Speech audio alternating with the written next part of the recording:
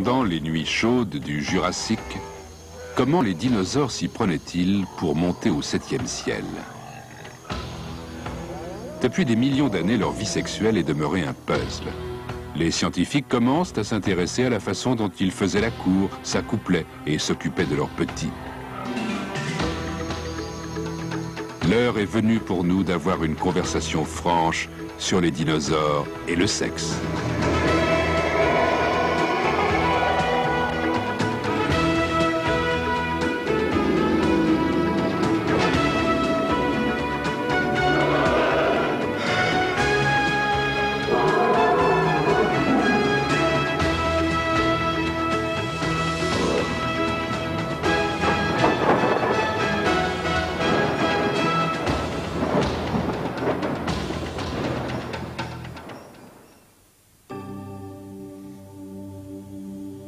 Depuis 65 millions d'années, la vie sexuelle des dinosaures est demeurée un sombre mystère.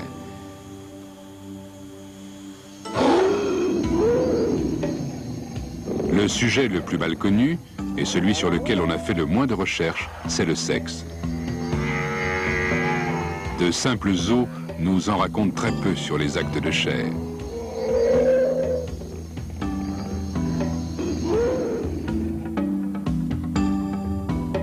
Mais des paléontologues comme Bob Baker s'intéressent enfin à la question. Ils ont commencé à dresser un tableau des dinosaures en les représentant comme des animaux qui menaient une vie pleine de passion.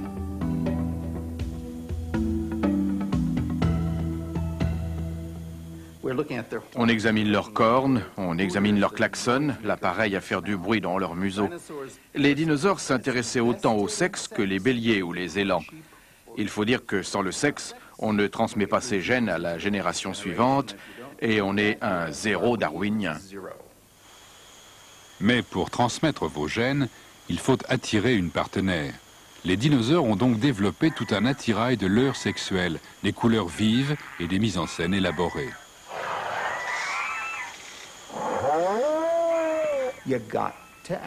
Il faut soigner sa publicité. Le monde des dinosaures évoluait rapidement. Et les animaux qui évoluent rapidement font beaucoup de publicité, sonore et visuelle. Il y avait de la couleur et il y avait des danses. Leur façon de faire la cour ressemblait à un musical de Broadway.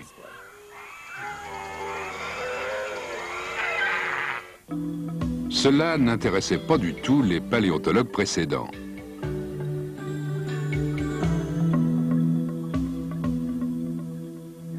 Voici une galerie de portraits de grands spécialistes américains. Le professeur Marsh de l'université de Yale, qui a trouvé Triceratops, le professeur Osborne, qui a découvert Tyrannosaurus rex, le docteur Barnum Brown, qui a déterré des dinosaures dans le monde entier, et Steve Willingston de l'université de Chicago.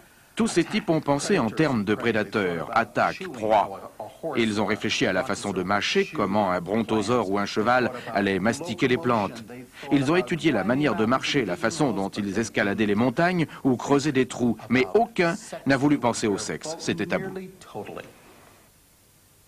Les premiers paléontologues ont à peine effleuré le sujet de la conduite des dinosaures. Pour eux, leur impressionnante variété de cornes ne pouvait avoir que deux fonctions, la défense ou l'attaque.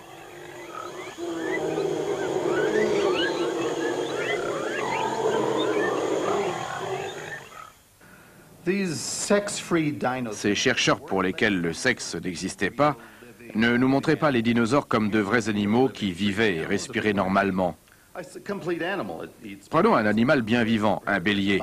Il est complet, il broute l'herbe, il se protège des prédateurs, mais il a toujours le sexe présent à l'esprit. Ces cordes qui ornent son crâne servent à refouler les autres béliers qui s'intéressent à la même femelle.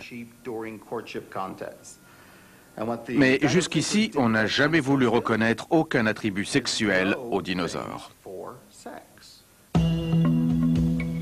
Comme les béliers aujourd'hui, les cornes des dinosaures servaient à impressionner les rivaux et à séduire les femelles. Il semble que l'impressionnant Tyrannosaurus rex pensait aussi beaucoup au sexe. Les crêtes osseuses au sommet de son crâne étaient adaptées à un affrontement tête contre tête avec un rival au sujet d'une belle.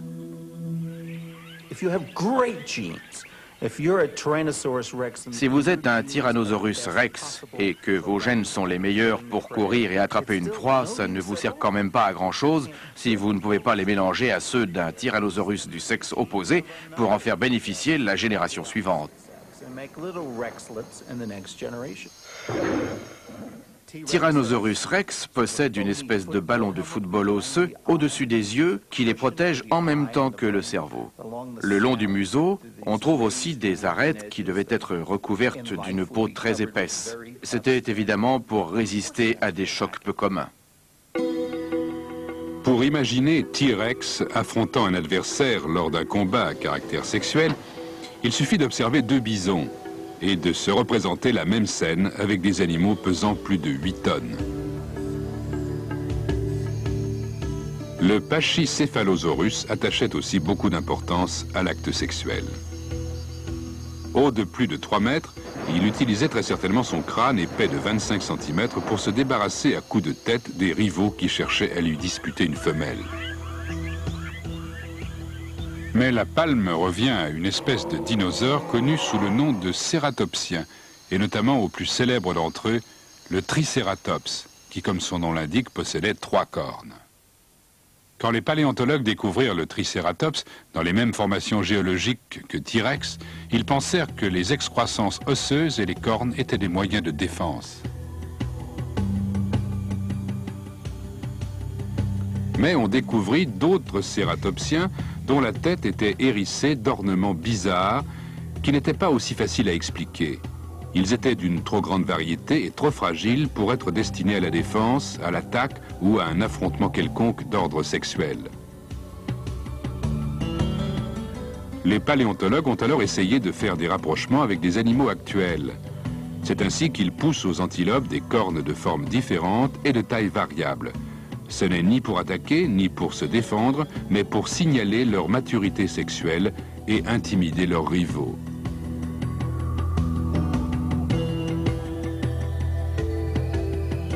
Plus étrange encore, les attributs ornant la tête de certains cératopsiens, comme le Pachyrhinosaurus, se modifiaient à différents stades de leur maturité. Darren Tanky, du Royal Tyrrell Museum d'Alberta, au Canada, étudie des fossiles de Pachyrhinosaurus pour essayer d'en deviner l'âge et le sexe. Voici la reconstitution de crâne qui porte 3 cornes.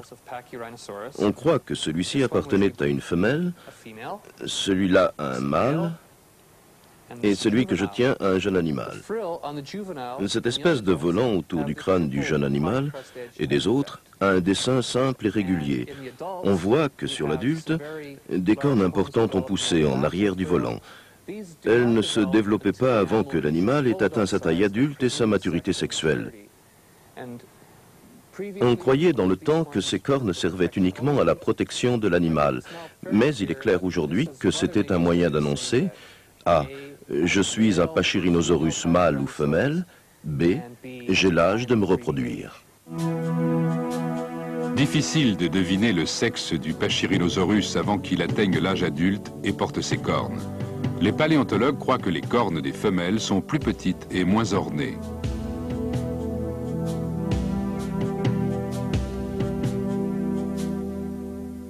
Les rayons X révèlent une autre habitude sexuelle des cératopsiens. Le docteur Bruce Rothschild, rhumatologue, collabore avec Darren Tanky.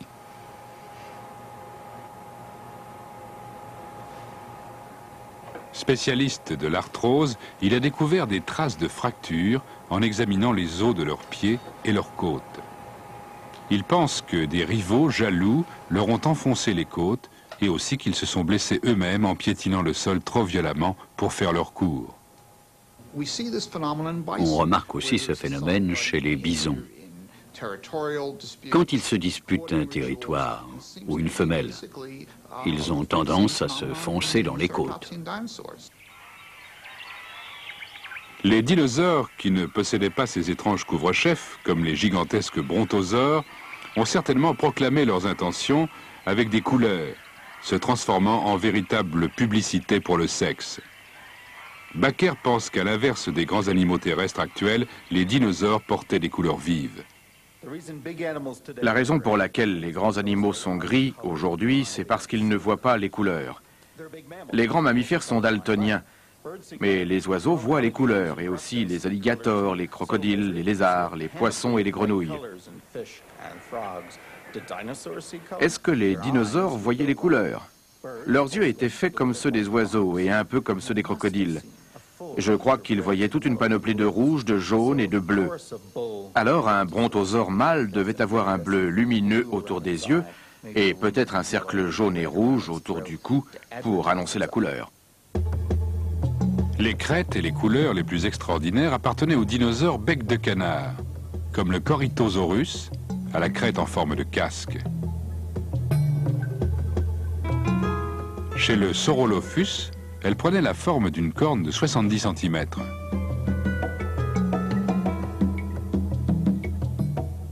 Le Lambéosaurus possédait une structure tenant à la fois du casque et de la corne qui se projetait au-dessus de la tête.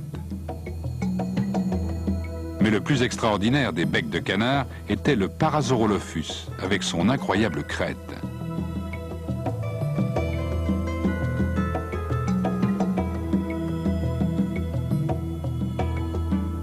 Pesant jusqu'à 4 tonnes, végétarien, une espèce de barre creuse de 2 mètres se prolongeait derrière sa tête.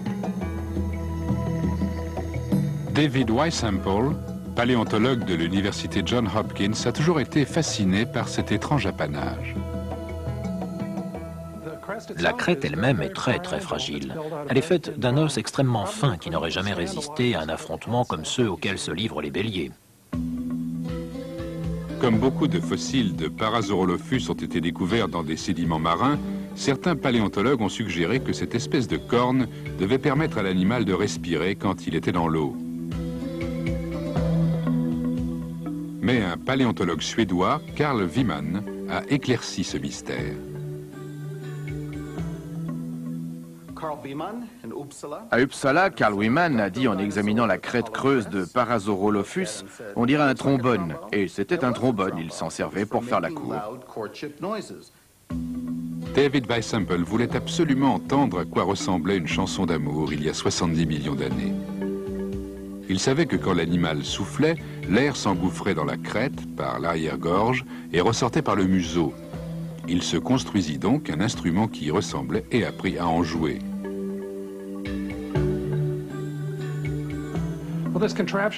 Ce que j'ai entre les mains, c'est la reproduction de la crête d'un Parasaurolophus.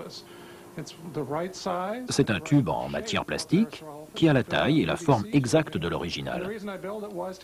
Je voulais écouter quel genre de son le Parasaurolophus émettait. Je vais vous en jouer.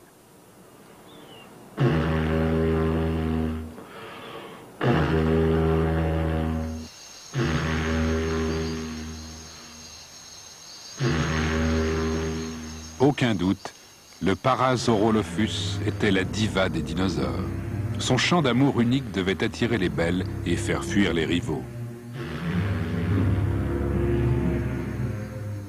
Quand on avait épuisé les joies du piétinement, du coup de tête et de la sérénade, on passait enfin aux choses sérieuses.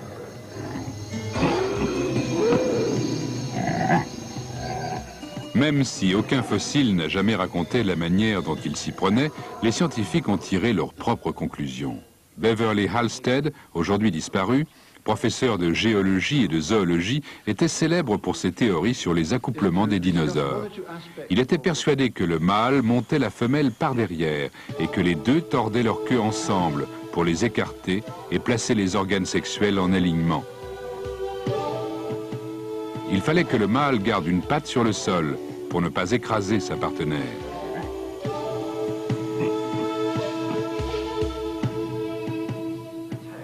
Non seulement Halstead a publié ses théories, mais il en faisait la démonstration au cours de ses conférences.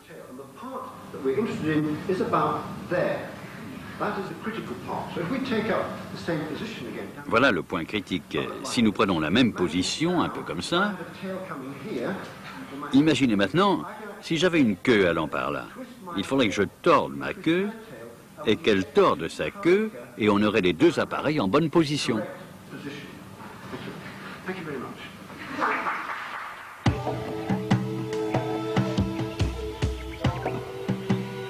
Cette démonstration en 3 points semblait pouvoir fonctionner pour la plupart des dinosaures. Mais considérons le stégosaure. Ça paraît plus difficile.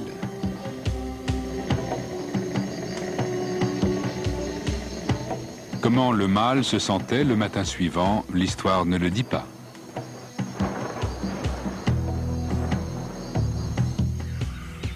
La grosseur du sexe des dinosaures n'était pas en rapport avec leur taille impressionnante.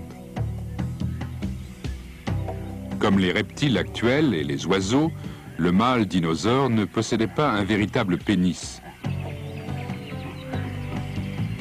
L'organe sexuel, baptisé cloaque, était situé sous la queue.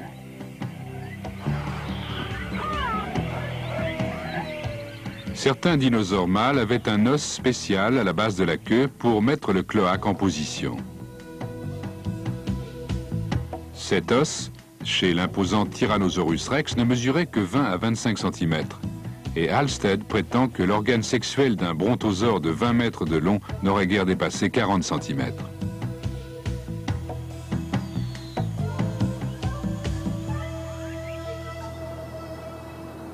Ces recherches ont conduit Darren Tanky à croire que l'accouplement des dinosaures était hasardeux. Il a trouvé chez les becs de canard des centaines de colonnes vertébrales cassées et ressoudées dans la région de la queue. On remarque des excroissances osseuses importantes et quand on les examine de plus près, on constate que la colonne vertébrale a été tordue et cassée en 2 endroits. Puis s'est ressoudé. Certains scientifiques ont proposé une explication. Les becs de canard vivaient en groupe et se marchaient accidentellement sur la queue. Sauf que les fractures ne sont pas au bout de la queue, mais à la base. D'autres ont tenté d'expliquer que les fractures avaient eu lieu lors d'affrontements avec des Tyrannosaurus rex, auxquels les becs de canard auraient échappé de justesse. Mais Tanky ne trouve les fractures que dans la moitié des fossiles qu'il étudie.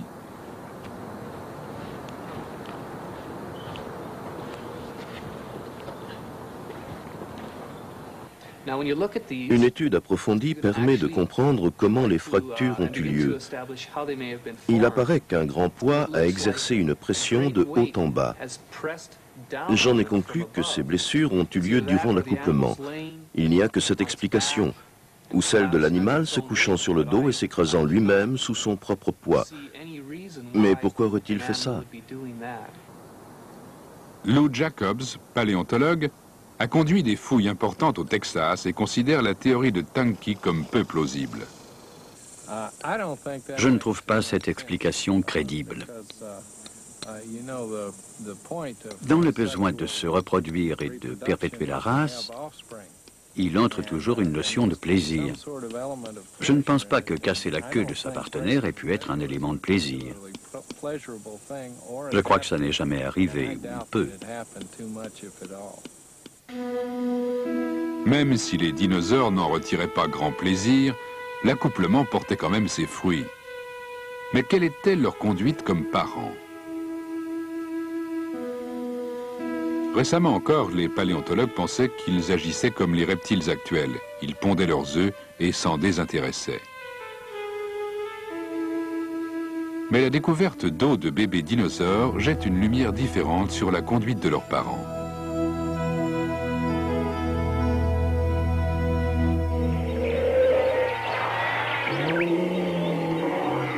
Notre image des dinosaures change avec les découvertes sur leurs habitudes sexuelles.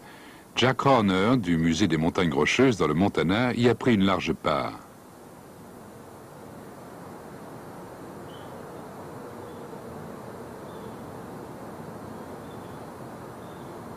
Horner est un chasseur de fossiles passionné.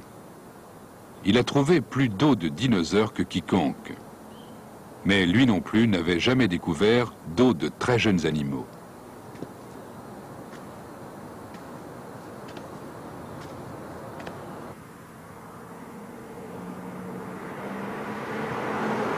Un jour, tout à fait par hasard, Horner s'est arrêté dans une boutique de chauds d'eau dans le nord du Montana. La propriétaire avait trouvé tout près de petits os qu'elle n'arrivait pas à identifier et elle lui demanda d'y jeter un coup d'œil. Horner vit tout de suite qu'il avait enfin entre les mains ce qu'il cherchait depuis toujours, les os d'un jeune dinosaure. Accompagné d'une équipe d'universitaires, Horner commença immédiatement à creuser le site d'où venaient les os. Ils ne trouvèrent pas seulement quelques fossiles de bébés, mais des nids entiers et des dizaines d'œufs fossilisés.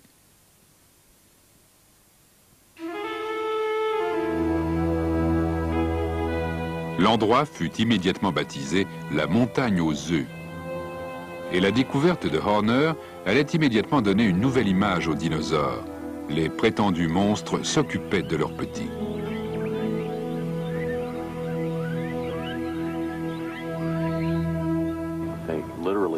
Ils étaient incapables de marcher ou même de se lever. Donc, comme ils ne pouvaient pas quitter leur nid, on sait que quelqu'un venait les nourrir. Horner donna le nom de Maiasaure, ou bonne maman lézard, à l'espèce découverte sur la montagne aux œufs.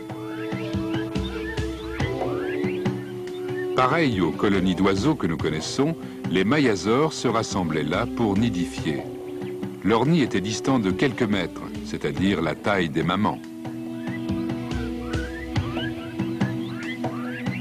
« 60 millions d'années plus tard, les nids fossilisés nous indiquent le lieu où les mères s'occupaient de leurs nurseries surpeuplées.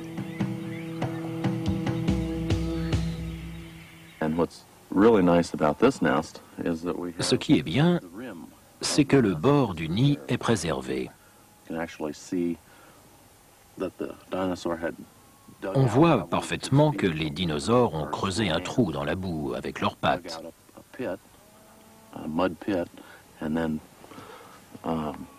Puis pondu leurs œufs. C'étaient des Eurodromeus, de petits dinosaures végétariens, qui mesuraient environ 2 mètres. Les bonnes mamans dinosaures de la montagne aux œufs présentent une nouvelle image, celle d'animaux vivants élevant leurs petits. Pour les paléontologues d'aujourd'hui, c'est une bouffée d'air frais qui souffle sur les vieux fossiles.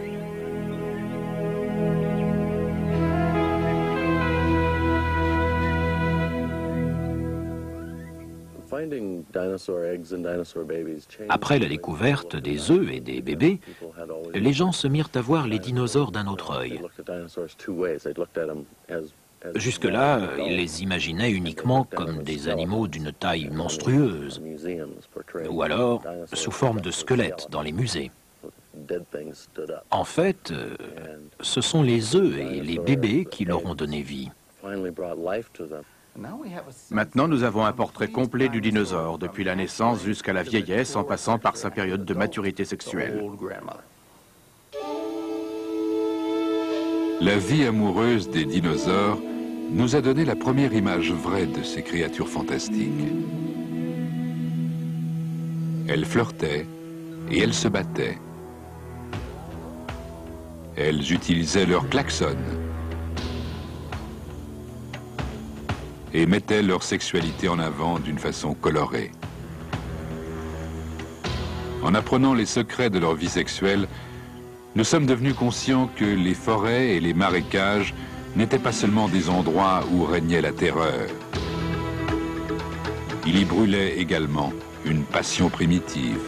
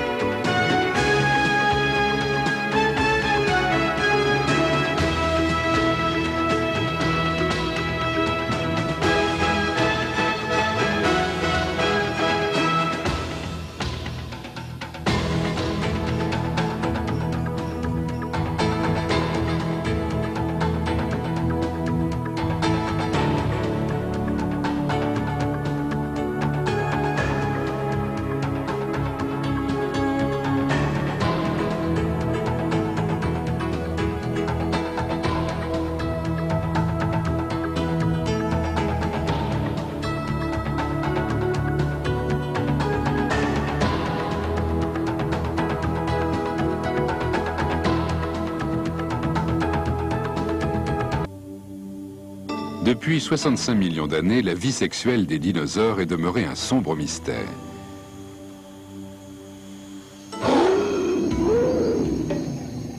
Le sujet le plus mal connu, et celui sur lequel on a fait le moins de recherches, c'est le sexe. De simples os nous en racontent très peu sur les actes de chair.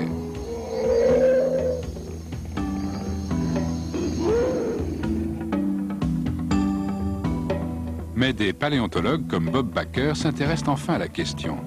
Ils ont commencé à dresser un tableau des dinosaures en les représentant comme des animaux qui menaient une vie pleine de passion.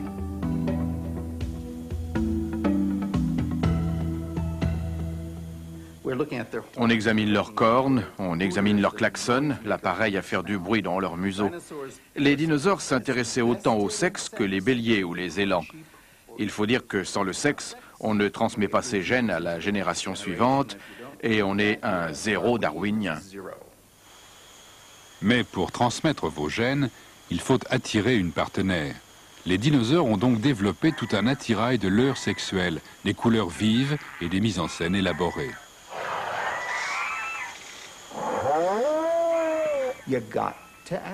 Il faut soigner sa publicité. Le monde des dinosaures évoluait rapidement. Et les animaux qui évoluent rapidement font beaucoup de publicité, sonore et visuelle. Il y avait de la couleur et il y avait des danses. Leur façon de faire la cour ressemblait à un musical de Broadway.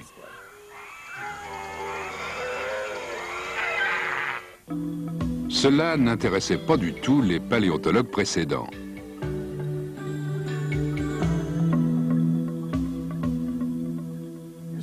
Voici une galerie de portraits de grands spécialistes américains. Le professeur Marsh de l'université de Yale, qui a trouvé Triceratops, le professeur Osborn, qui a découvert Tyrannosaurus rex, le docteur Barnum Brown, qui a déterré des dinosaures dans le monde entier, et Step Willingston de l'université de Chicago. Tous ces types ont pensé en termes de prédateurs, attaques, proies. Ils ont réfléchi à la façon de mâcher, comment un brontosaure ou un cheval allait mastiquer les plantes. Ils ont étudié la manière de marcher, la façon dont ils escaladaient les montagnes ou creusaient des trous, mais aucun n'a voulu penser au sexe. C'était tabou. Les premiers paléontologues ont à peine effleuré le sujet de la conduite des dinosaures. Pour eux, leur impressionnante variété de cornes ne pouvait avoir que deux fonctions, la défense ou l'attaque.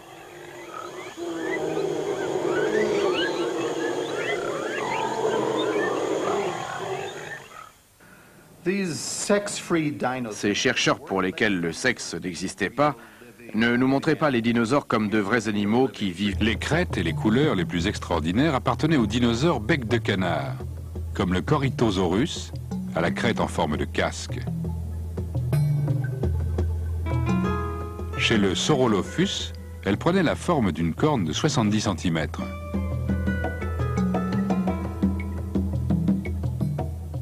Le Lambéosaurus possédait une structure tenant à la fois du casque et de la corne, qui se projetait au-dessus de la tête. Mais le plus extraordinaire des becs de canard était le Parasaurolophus, avec son incroyable crête.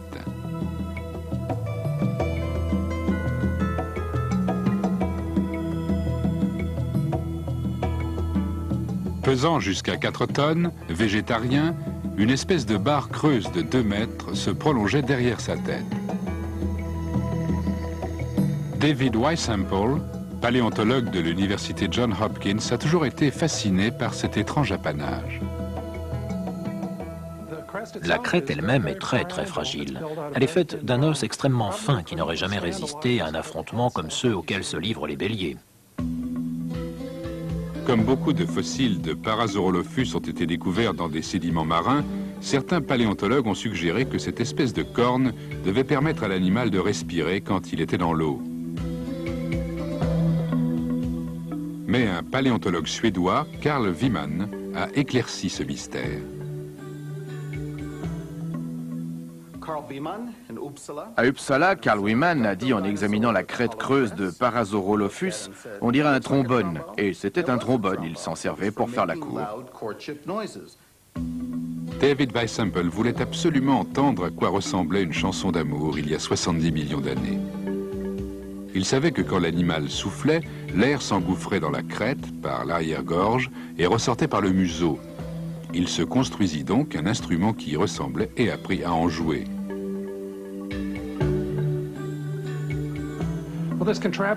Ce que j'ai entre les mains, c'est la reproduction de la crête d'un Parasaurolophus. C'est un tube en matière plastique qui a la taille et la forme exacte de l'original. Je voulais écouter quel genre de son le Parasaurolophus émettait. Je vais vous en jouer.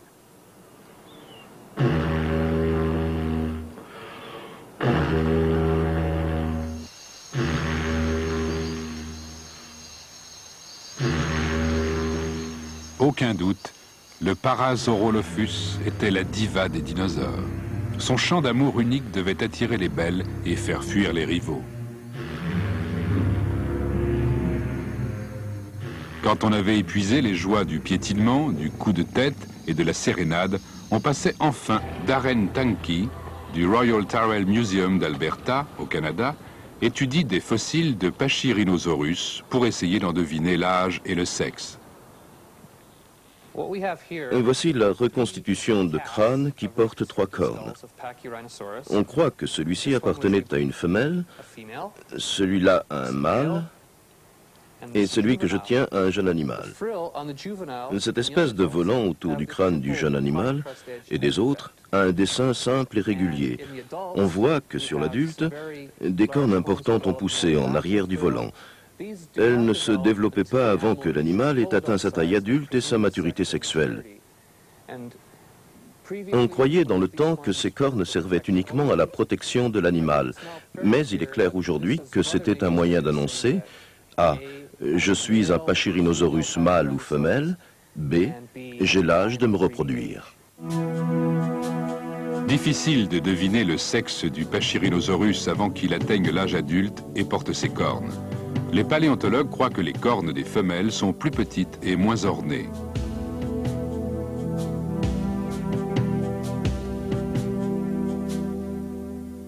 Les rayons X révèlent une autre habitude sexuelle des cératopsiens.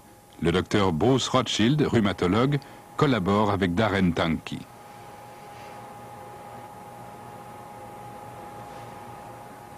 Spécialiste de l'arthrose, il a découvert des traces de fractures en examinant les os de leurs pieds et leurs côtes. Il pense que des rivaux jaloux leur ont enfoncé les côtes et aussi qu'ils se sont blessés eux-mêmes en piétinant le sol trop violemment pour faire leur cours. On remarque aussi ce phénomène chez les bisons. Quand ils se disputent un territoire ou une femelle, ils ont tendance à se foncer dans les côtes.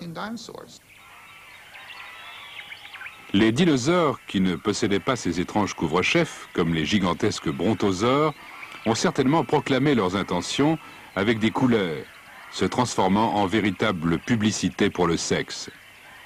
Bakker pense qu'à l'inverse des grands animaux terrestres actuels, les dinosaures portaient des couleurs vives.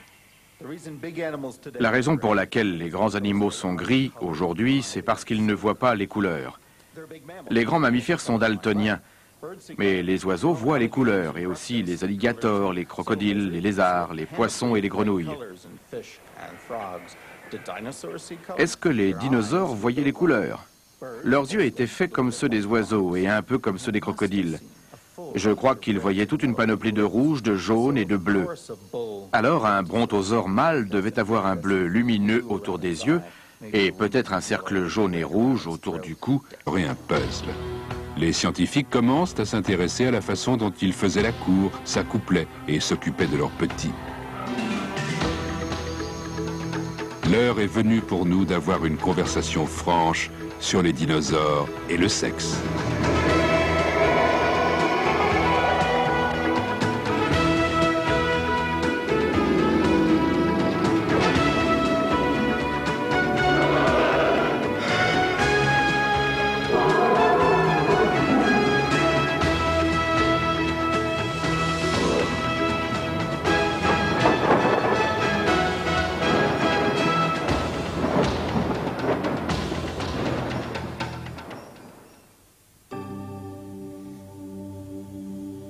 Depuis 65 millions d'années, la vie sexuelle des dinosaures est demeurée un sombre mystère.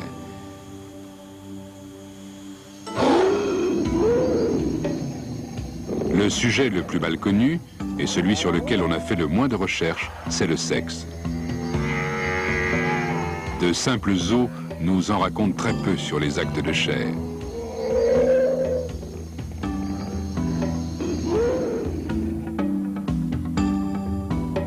Mais des paléontologues comme Bob Baker s'intéressent enfin à la question.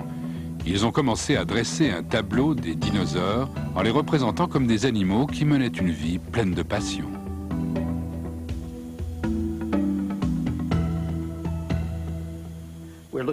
On examine leurs cornes, on examine leurs klaxons, l'appareil à faire du bruit dans leur museau.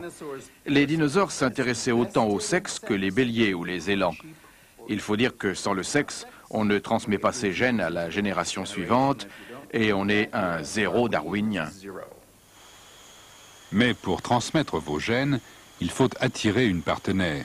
Les dinosaures ont donc développé tout un attirail de leurres sexuelles, des couleurs vives et des mises en scène élaborées.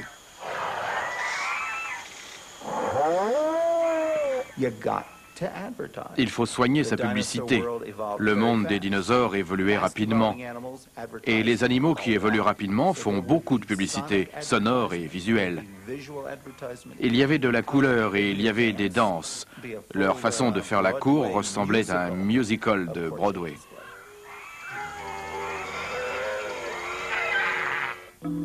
Cela n'intéressait pas du tout les paléontologues précédents.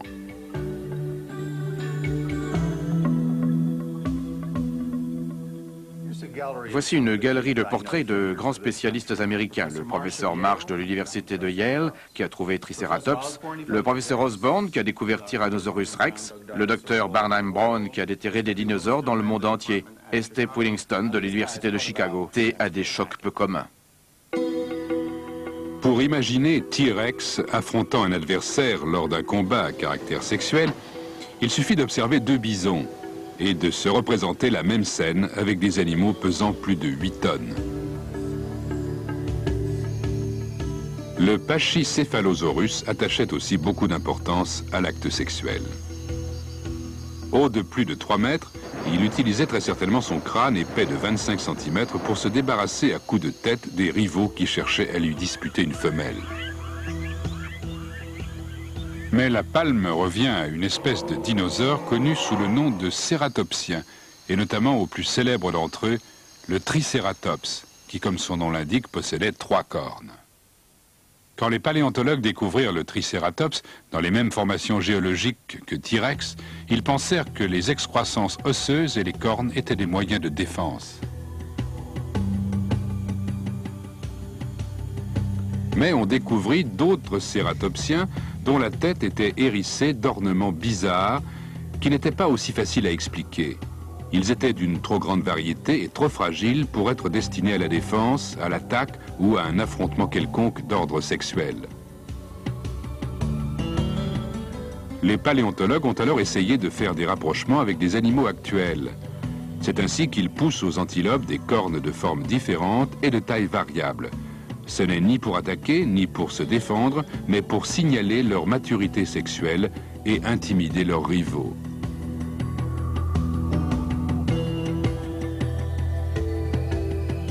Plus étrange encore, les attributs ornant la tête de certains cératopsiens, comme le Pachyrhinosaurus, se modifiaient à différents stades de leur maturité. Darren Tanky, du Royal Tyrrell Museum d'Alberta, au Canada, étudie des fossiles de Pachyrhinosaurus pour essayer d'en deviner l'âge et le sexe. Voici la reconstitution de crâne qui porte 3 cornes. On croit que celui-ci appartenait à une femelle, celui-là à un mâle, et celui que je tiens à un jeune animal. Cette espèce de volant autour du crâne du jeune animal et des autres a un dessin simple et régulier. On voit que sur l'adulte, des cornes importantes ont poussé en arrière du volant. Elles ne se développaient pas avant que l'animal ait atteint sa taille adulte et sa maturité sexuelle. On croyait dans le temps que ces cornes servaient uniquement à la protection de l'animal, mais il est clair aujourd'hui que c'était un moyen d'annoncer A. Je suis un Pachyrhinosaurus mâle ou femelle. B. J'ai l'âge de me reproduire. Difficile de deviner cet étrange apanage. La crête elle-même est très fragile. Elle est faite d'un os extrêmement fin qui n'aurait jamais résisté à un affrontement comme ceux auxquels se livrent les béliers. Comme beaucoup de fossiles de Parasaurolophus ont été découverts dans des sédiments marins, certains paléontologues ont suggéré que cette espèce de corne devait permettre à l'animal de respirer quand il était dans l'eau. Mais un paléontologue suédois, Carl Wiman, a éclairci ce mystère. À Uppsala, Carl Wiman a dit en examinant la crête creuse de Parasaurolophus, on dirait un trombone. Et c'était un trombone, il s'en servait pour faire la cour. David Weissampel voulait absolument entendre à quoi ressemblait une chanson d'amour il y a 70 millions d'années. Il savait que quand l'animal soufflait, l'air s'engouffrait dans la crête par l'arrière-gorge et ressortait par le museau. Il se construisit donc un instrument qui y ressemblait et apprit à en jouer.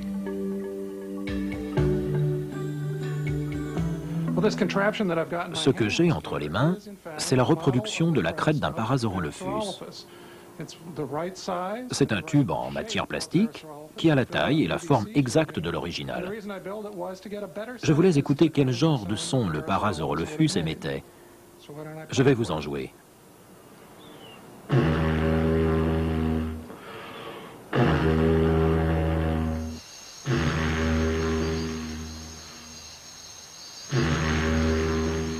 Aucun doute, le Parasaurolophus était la diva des dinosaures.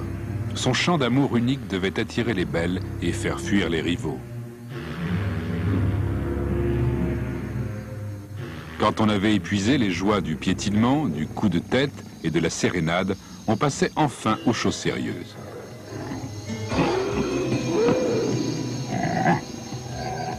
Même si aucun fossile n'a jamais raconté la manière dont il s'y prenait, les scientifiques ont tiré leurs propres conclusions. Beverly Halstead, aujourd'hui disparu, professeur de géologie et de zoologie, était célèbre pour ses théories sur les accouplements des dinosaures. Il était persuadé que le mâle montait la femelle par derrière et que les deux tordaient leur queue ensemble pour les écarter et placer les organes sexuels en alignement. Il fallait que le mâle garde une patte sur le sol pour ne pas écraser sa partenaire.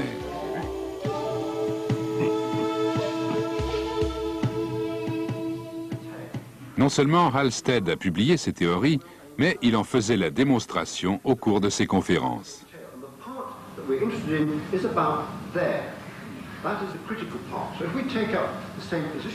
Voilà le point critique. Si nous prenons